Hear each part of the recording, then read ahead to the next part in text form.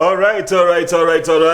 Amanya msaidio Uganda 256, the incredible Uganda's number one most obviously. Mugamutya mwena habagiriko esawa zino atera mbanyingido mu machama lungi mbamba letted olugambo scrito nga luli concrete of course otali mu kintu kyonna naye nga lwero lutuufu lwetuwetano mumbu mugamutya mwena abali ku Facebook media social media Facebook mwena ndaba messages ziri kiriya nywano Emma Katuleve kutumideko gameti wabula tata okinkubidde waggulu awo akaviri kiriya webale okusima muri bangi nnyo naye bukosi kasooke ngendeko mu lugambo then nja kubanga ndamusaako omukomu nga mbasoma wana amanya gamwe naye nga mugamba mutya yes olunaku olwaleero kantandikira ddala wembatandika tugendeke wa Olanya yes omukulu onyo Olanya abantu abasinga obunyo bamanya amanya mangi nnyo gemumanyi naye nga omukulu azanya mu Ebonies omukulu omuna yavudde na tugamba tumubanye kiriwo nga bbiri ngenda kuba ne screen night yange wano ku Labonita of course twabadeko n'ebibuuzo bingi nnyo tutamubuuzako ng'omuntu Akimanyi omukulu ono yete ekisookera ddala ye muntu atakolako mulimu mulala gonna naye kubanga yatandika okumanya ensi nti ensi mulimu okuyiriba ensi mulimu ebibalo ensi mulimu ki omukulu ono yatandikira ddala mu katemba okuzanya katemba wabwoyo naye omukulu ono twogera munayo nako lugenda kubanga oba lugenda kuba lwakuna ogwokuna nga bbiri agenda naye kyekyo oba lwakuna awo around there anyway yena alina kalenda gena kalenda olabe ono otingewo nga bbiri agenda kuba wali ku Labonita agenda kola screen night ye naye omukulu ono munnaye ate twagwiridde ne ku mukulu omukulu yennyini Bossa omukulu Dr. Bossa ne tumubuuzaako omukulu Bagonza ne tumugamba negwe n'omukyalo ono Sara kiki ekigenda mu maaso abantu abasinga obungi buli every cast tubalabamu nga muzanya babiri ate abantu abasinga obungi babuusa balimuko okubuusabuusa kiki ekigenda mu maaso ekintu ekyo ebbango muli wanika kiti onkola gamba ate mukuze na kirino tubuuza naye amazima gali nti nze ne Sara tetulina kintu kyonna kiri awo Sara ina family ye nange ina family yange tetulina kyonna kiriwo ebintu bibeerawo ebiro pasifu kyotugamba kitugenderako nate tutuyingira mu ndeeyo wesanga ate tulina ebirala bye tujjayo ebitali birungi naye ate kasooke tugendako mu vidiyo eno tulabeko omukulu Olanya nga atukakasa nga bbiri Apple kyekigenda okubeerawo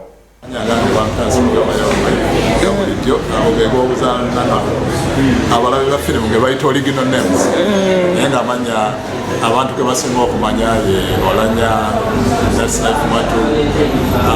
Kakayire mu bibaawo then Kyalimpa Omutoro OMG ndikwogera ku lunaku lwange screen night yange okulaga gye nvudde wange okumala emyaka 32 nga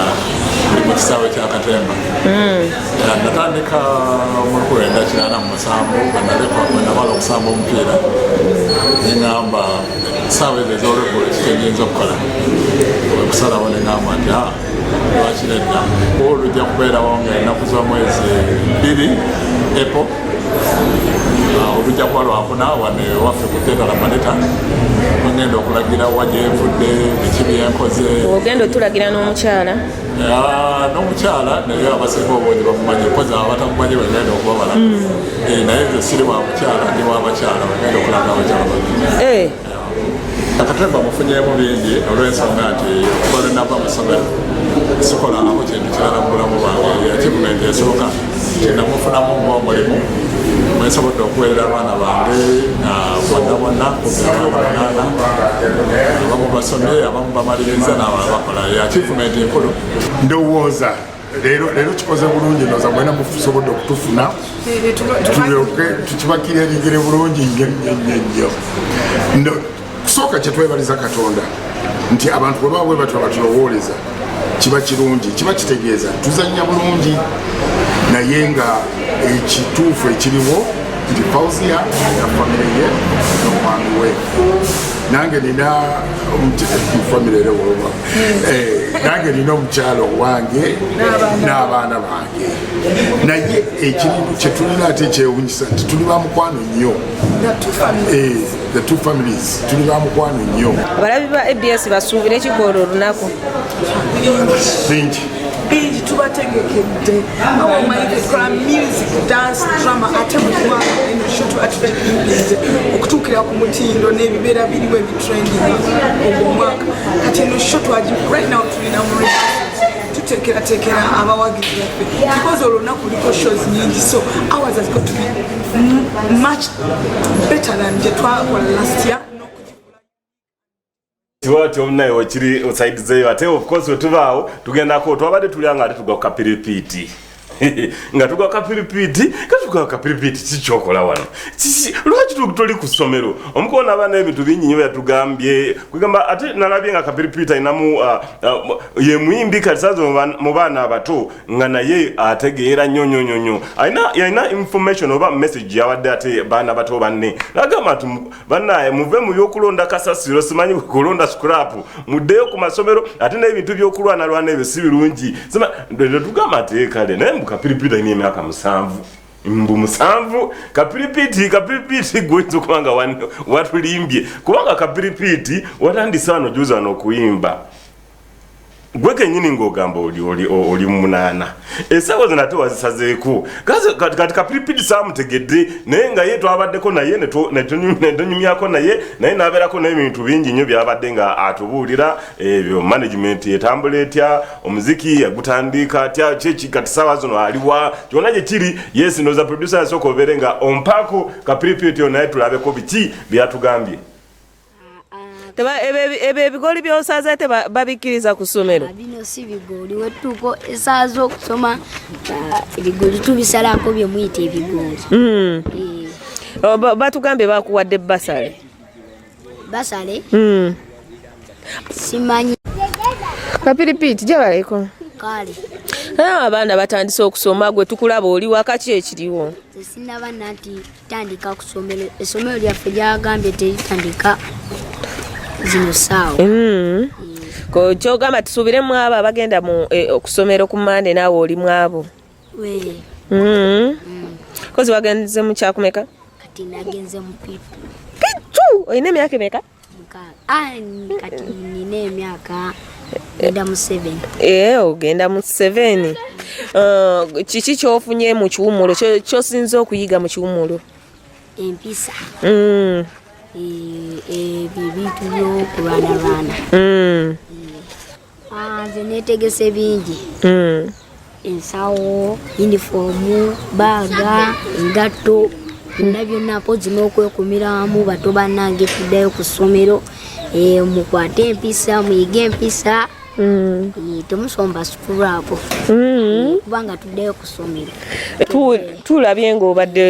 ku video shoot ebadde ya luno oluyimba ye video shoot ebadde ya luyimba lw'abato go back to school ya audio yafulumye go back where yo nga togibayimbiddemu nati abaana bagenda ku ssomero yo abato tugende tusome twambane uniform ffenna tunyume mu biseera by'omu maaso ffe tunyumire yo abato mukulu kapiripiti munange naye agenda kutandika kucapa kusomero buterevu fresh kid yalumbye wali yambuziza ne Eddie is it true that Felista yafunye scholarship okuva wali mu Luparelia of course amazima gali nti Felista the superstar omukyalo oyo oba zemuita mukyalo oyo kubanga Felista ye kyansuuka ku omukulu oyo wetogera sawa zino kati yomu kuba bantu kwegamba ku baana yegase ku fresh kid abo amukulu abagenze ku Kampala parents yes omukulu oyo Felista naye abadde musanyufu nnyo kati ndiki alinga kino gwe yambuze ekintu ekyo ate kyemanyi banyinya abadde babuusabuusa amazima gali nti Felista esawa zino kati student wa Kampala parents era yajoininze fresh kid yava munene yebaza abantu bangi nnyo abamuyambako yebaza Eddie Kenzo ye role model wego gagamba nti nalabira ku Eddie Kenzo okufuka kino kyendi ate neyebaza tata fresh kid okubeerawo neyebaza tata we mama we n'omukulu ono ono manager wa Ghetto Kids Triplets Ghetto Kids yabebaza nnyo ne ate musanyufu nnyo wetoga ne Bravo yenyini Bravo shoe company of course nabo bamuwadde n'engatto namwa buli kimu wetogera omukyalo ono Felista omwana ono of course katisawa zino student nnyo naye katusooke tugende ku press conference ye kiki kyabadde nga agamba abantu era biki omukyalo ayogedde oluzungu. In helping the needed children. I again thank the Lupaleria Foundation for this golden bursary it has given me. I thank all the media houses for showing me to the people. I thank my parents for raising me. Let them stand up and people see me. I thank my former school, Makinde Citizen Primary School, for wishing me success.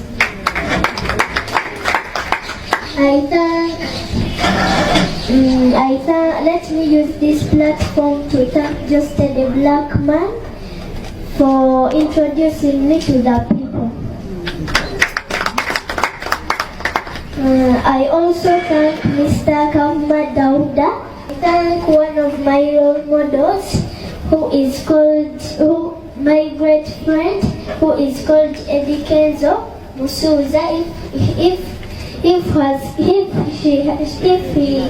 has come, he can stand up and people see him. He's not around, but the manager is around. Okay. I thank my fellow artists who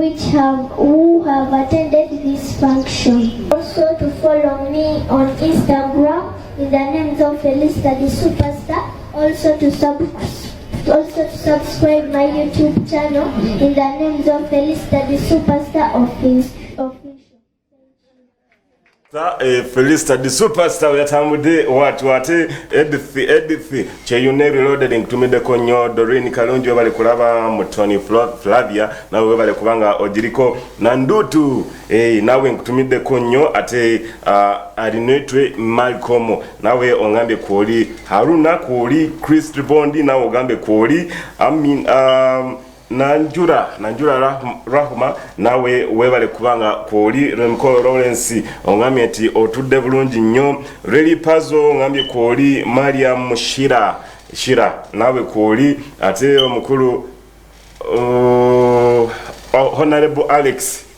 Koko Finger nkutumideko nnyo papa nawe kwoli Richard Baiga mwina mamuli bangi nnyo baliko sawa zinonga Esther Annex Vivigenzi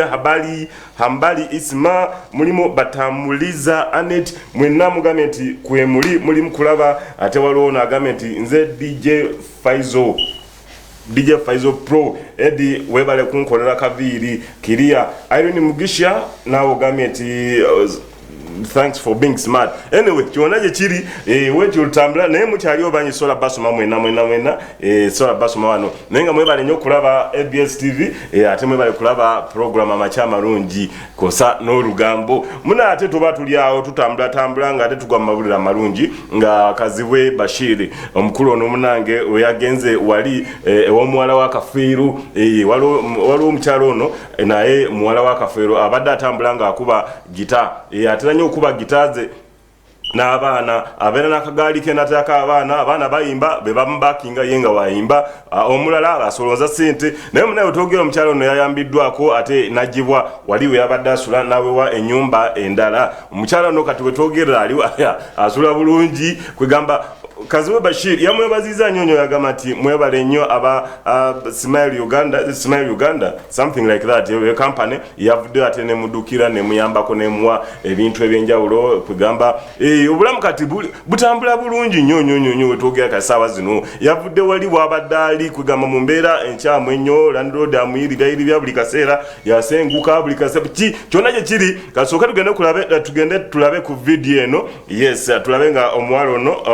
oba omukyalo ono ate waliwo amabulira amalala galiwo nti waliwo omulenzi omulala gwe bakutte abadde addamu ennyimba za Paul Kafeero nga tanaba kuweewa lukusa era mutabanyi wa Paul Kafeero omutwe oyo yavudde n'agamba twamukutte naye amazima gali nti ffe omuntu yali atutabyeko oluyimba lwokka gwe tumanyi yali mukulu Bobi Wine oyaddamu oluyimba lwa Kafeero naye teri muyimbi mulala yali atuukiriddeko abamu bakola bypass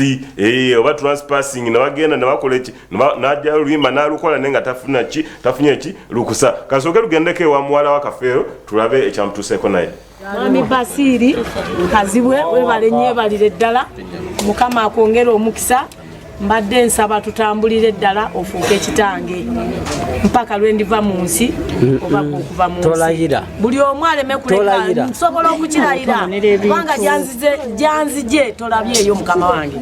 abalabye be bakoze eki be balabyeyo mwebale nnyo mwebalire ddala nsabye buli ekinaabaawo kyonna onyambe onkwasaganye taata wange onyambeko labike tubeerawo mu nsi eno ate tuyambagane waaw naffe kisobola abantu ng'ekitongole era maama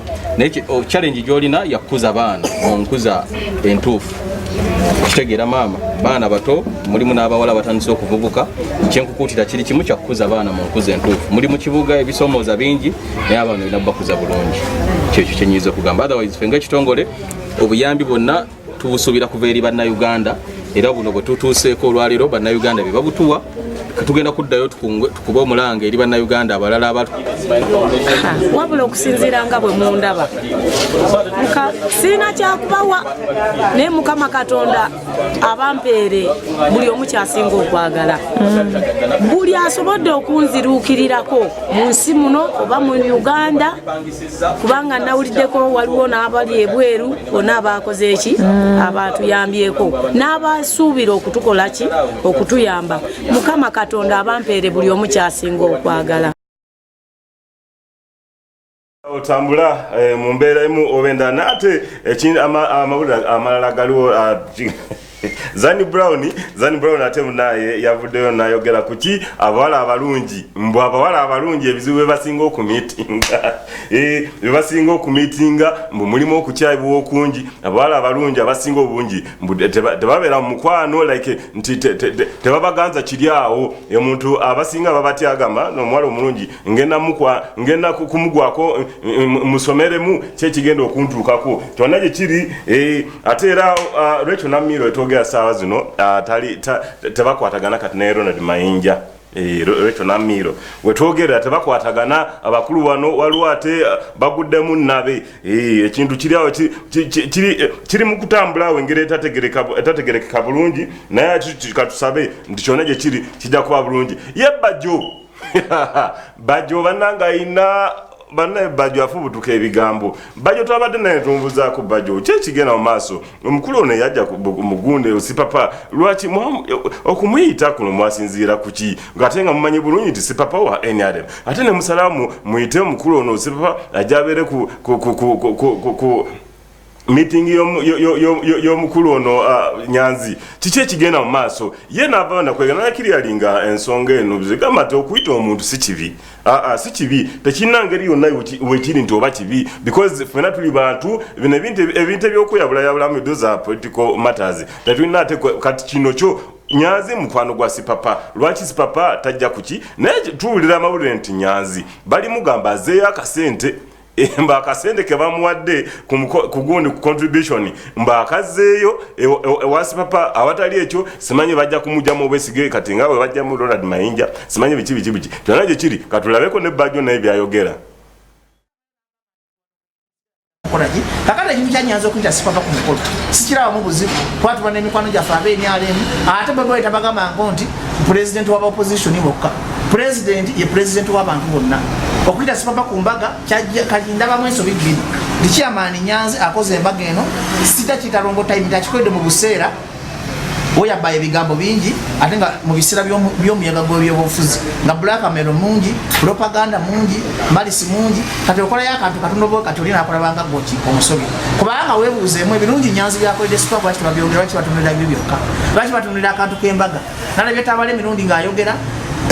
Nyanzi yakoze binnyo omuntu ali mu struggle takola mbaga tawera kugamba tunabera mu struggle tetulina kulya ku nyama kubanga tuli mu struggle. Muninga abagamba tusinza lubaale nti alina obukwakulizo ositulagero njagala munayuganda ogitegere yabwerera okugiyingira era yabwerera okugifuluma awulira nti agisobole agifulume awulira nti ayigirizibwa agiyingire ne tujjewo akajanja n'okumanyira abantu ate tuyige n'okusiima abantu balina kyebakolera struggle kino si kimanti badde musasula Nyanzi kubanga abaoponenti ba Nyanzi bakikoze nze bemanyi besijja kukwata wano mu kamera bo bakikozesanga beyesimye nabo mu Kampala Central kati bakikozesanga advantage okulanga bataneshinga ekifaananyi kya Nyanzi naye nga ate target yabwe si Nyanzi target yabwe ebeera people power kubanga nawe kimanyi bulungi nti Bobi Wine is the main target at the moment. Siri wana kudefendinga chairman Nyanzi. Njya kutuliza bulungi kamera. Okuita sipapa. Tosobola kujja ku mukono nga tebakulisanga tufulinge bantu. Lwaki sipapa ekaye yajja. Era lwaki mubene ali mbona sipapa kitegeeza waliwo arrangement y'enjawulo bananyanyi ni mukolo yayita abantu. Saka ati musiriwaze bantu. Naye nga ate simuvunana kuyita sipapa because ayina eddembe okuyita ani okuyita sipapa. Ntekyayisa sipapa kwolwo olunaku osanga balina enkolagana y'enjawulo nani n'Enyanzi ekitali kibi kubanga Nyanzi munnabyabufuzi mukulembeze wa movement alina okulaga enkolagana kubanga sipapa bakujja luseere bwe tumugoba era twandibadde muleekaana nti people power basosola mu bantu people power bali primitive naye ate nandibadde ate nebaza n'Nyanzi nti okuyita abantu b'enyalemu ku mukolo ne bajja ate n'abaweereko amenga bulungi ekuleti gitwandibatuwa Nyanzi tuleeta gavumenti ey'abantu bonna egenda okwaniriza buli muntu ng'oggyemu bano abeeko bamayinja byenkugambye Nyanzi akabonero kwe yakola ko lunaku nkawa credit because yawero kaminga abantu betwalanga abalabe baffe n'abalaga nti ensi gye tuleeta ensi yammwe yonna si yabasosoze ya buli muntu okugiyagaliramu ate ekyakinjagala mumanyi bannayuganda embaga kyaki embaga n'okuzika temba byabufuzi yo kibate era kiba kiri primitive kiba kiraga nti mwakoze ekintu ne mwelumiriza kiba kiraga nti mwakoze ensobi zekyokuyita sipapa nga bajjo sikirambuzibu kubanga Muna Uganda, tusigala tuli ba Uganda, ate ekyokubiri unintelligent. Yes, wetu otambula ate era amabula amalala ga Chameleone of course Chameleone yakyusiza management kati omukyala Buju yes yagenda okubanga amanaginga kati basimo genze simanyi mutima simanyi waliwo omulalaawo gwe bafubutula omukulu Saalongo Saalongo Seraje bamugwa simanyi oba yabulirawa oba yamanaginga muko weeks 2 eyo nekigwa so twogera omukulu ono Chameleone Dr. Jose Chameleone yakyusiza management esazano ali under Bajo ali under Bujo oba mwita Bujo omukyalo oyo ainamu twamtukide tumubuza ebibuzo byanja gamba this is not under dolakwa simanyi tulina byetwabulira nti Chameleone simanyi ainenge jayitayo simanyi bikibe nagamba no kino this is business teri kirala kyona kigenda kubeerawo ebyo nabyo badde mubulira simanyi biki tebiriyo inze Jose Chameleone besides being a friend kati wano doing the business yes so omukulu Jose Chameleone fetuga congratulations olakubati omukulu gwe okyusa management almost buli after every 6 months oyina omuntu omala goleta amanya upside Uganda 256 the incredible Uganda's number most obvious sawa zino kumacha malungi mbasa inize out musibe bulungi mweraba